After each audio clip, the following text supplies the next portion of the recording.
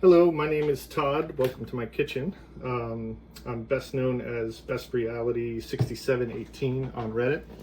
I wanted to start making some just basic videos on cheese making, and I want to start at the beginning, which is milk selection. So the biggest problem I see in cheese failures is milk selection. So people go to the store and they buy whole milk like this one, and it has been pasteurized at a high temperature. Sometimes it's called UHT milk, or ultra high temperature pasteurized, or high temp pasteurized, and this one's also been homogenized. So when you heat a milk up like that, the protein in it, which you need to coagulate milk, gets damaged pretty severely. And when it's homogenized, everything's shoved through a little screen that tears up the fat globules and stops the cream from rising. So it's really nice to have the same consistency milk every time you open a container, but it's really awful for cheese making. This is really hard to get a curd. If you do get one, it's very, very fragile. You go to stir it and it just fractures all over the place. So not good for cheese making at all. Here's a couple of different brands I just picked up on my way home at my grocery store. So not good. What you're looking for is what we call vat pasteurized or low temp pasteurized milk, and you want creamline milk. So these, it's hard to see because I kind of got shaken up on my way home, but these will have a line across here and a color difference because all your cream's going to rise to the top. The fat globules and the butter fats in the milk will rise up and actually separate, and that's what you want.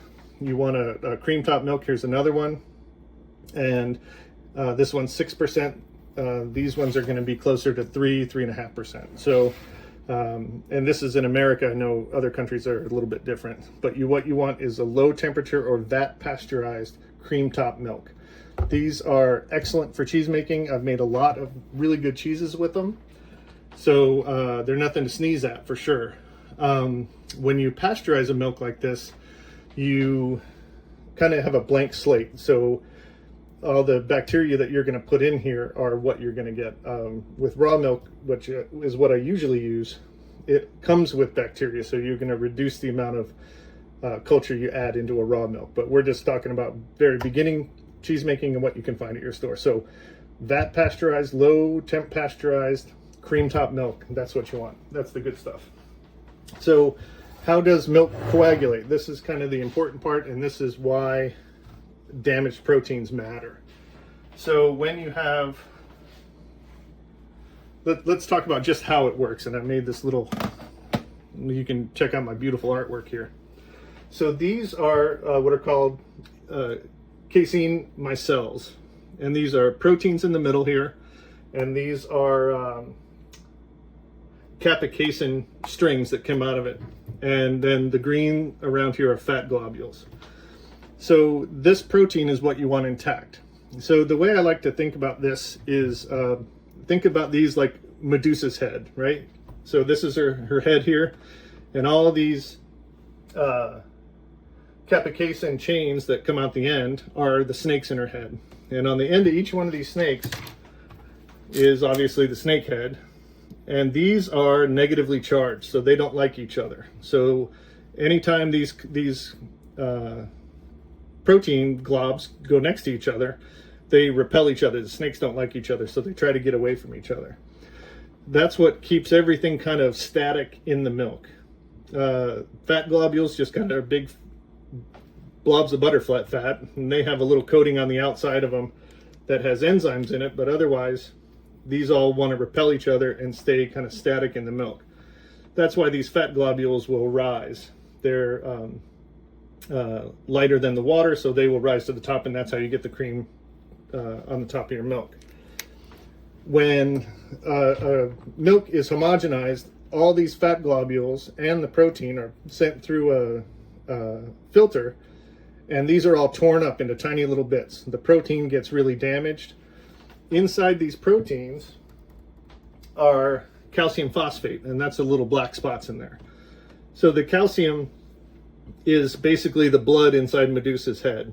So as these get all torn up, you lose that calcium. The calcium is the glue that holds everything together when you coagulate the milk.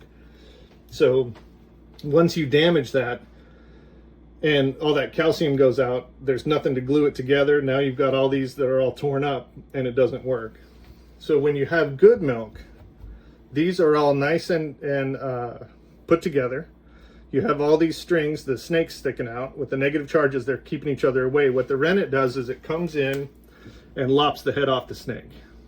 So all these snakes lose their heads.